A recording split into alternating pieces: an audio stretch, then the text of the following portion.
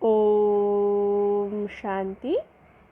29/8/2023 प्रातः मुरली। ओम शांति।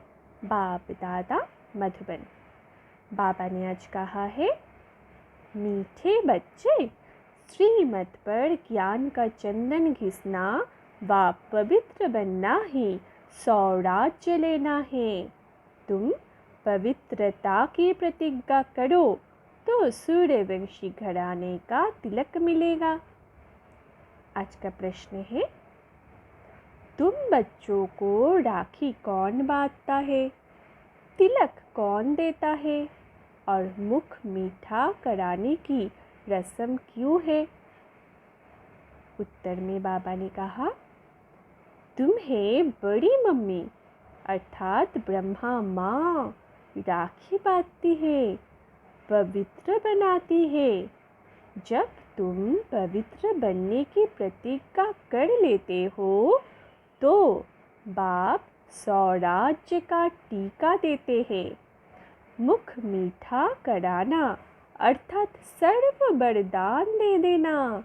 बाप ने सौराज्य के तिलक के साथ साथ सर्व वरदान भी दिए हैं। इसी की रस्म यादगार में चली आई है।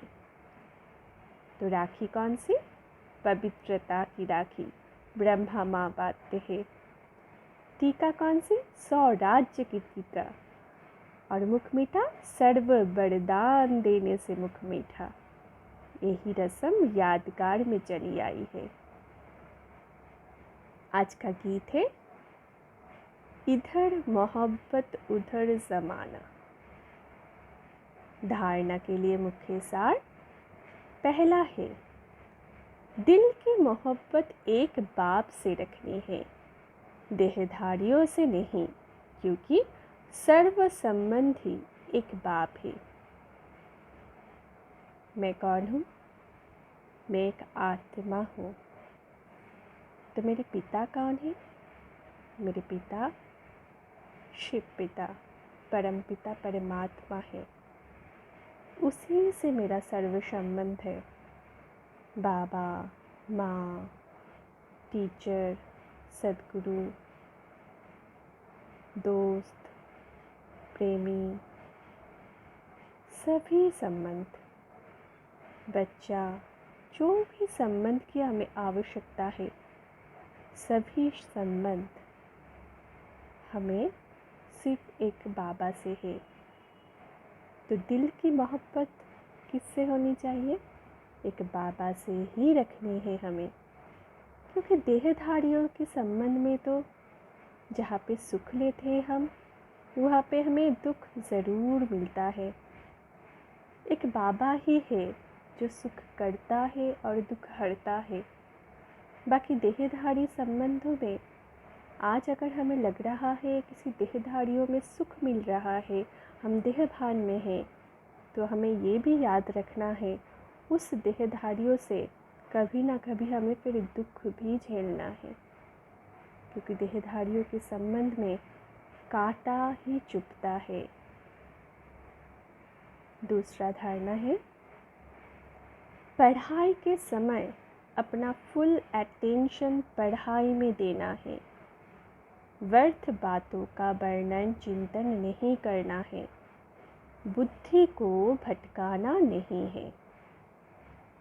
पढ़ाई हमारी पूंजी है, सोर्स ऑफ इनकम है, जिसके द्वारा बाबा हमें डायरेक्शन देते हैं, श्रीमत देते हैं, और उसी श्रीमत पर चल के हमें 21 जन्मों की राजाई मिलती है, वर्षा मिलती है। तो पढ़ाई हमें कितना अटेंशन देकर पढ़ना है। पढ़ाई करते हुए अगर हम व्यर्थ बातों की वर्णन चिंतन करते हैं तो बुद्धि तो हमारी भटकेगा ही, संकल्प में तो व्यर्थ आएगा ही। इसलिए व्यर्थ बातों का वर्णन चिंतन हमें बिल्कुल नहीं करना है। पूरा अटेंशन देकर पढ़ना है, पढ़ाना है और आगे बढ़ते जाना है। सर्व व्यर्थ से मुक्त समर्थ बनना है। आज का वरदान लेंगे। बाबा का हाथ अपने मस्तक पर अनुभव करेंगे।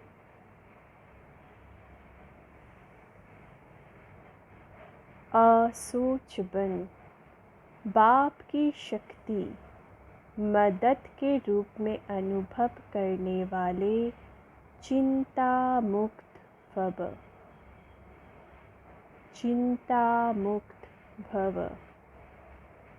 बाबा ने कहा, कई बच्चे सोचते हैं सेवा कैसे बढ़ेगी, अच्छे अच्छे जिज्ञासु पता नहीं कब आएंगे, कब तक सेवा की भाग दौड़ करनी पड़ेगी।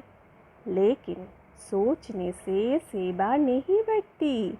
और सोच बन बुद्धि को फ्री रखो तो बाप की शक्ति मदद के रूप में अनुभव करेंगे और सेवा की वृद्धि सतो होगी। बाबा कड़ावनहार है और करने के निमित्त मैं आत्मा हूँ। इसको कहते हैं असोच, अर्थात एक की याद। उन्हें कोई चिंता हो नहीं सकती। जहाँ शुभ चिंतन है वहाँ कोई चिंता नहीं। तो बाबा क्या बोल रहे हैं? चिंता मुक्त बनने की विधि क्या है? असोच बनना। और असोच का मतलब बाबा ने क्या बताया? एक की याद। मैं आत्मा निमित्त हूँ, कड़ावनहार बाबा है, वो करा रहा है। तो कभी कभी सेवाधारियों के मन में ये संकल्प आता है, सेवा में वृद्धि क्यों नहीं हो रही, कैसे भले भले जिज्ञासु आए, कैसे वृद्धि हो, कितना भाग दौड़ करना पड़ता है। तो बाबा बोल रहे हैं कि ऐसे सोचने से वृद्धि नहीं होगी, बस असोच बन जाओ, एक की याद में रहो तो 100 सेवा हो जाएगी। फिर बाबा कड़ावनहार हमें निमित्त बनाकर सेवा का वृद्धि अवश्य करेंगे, विश्व सेवा अवश्य करेंगे।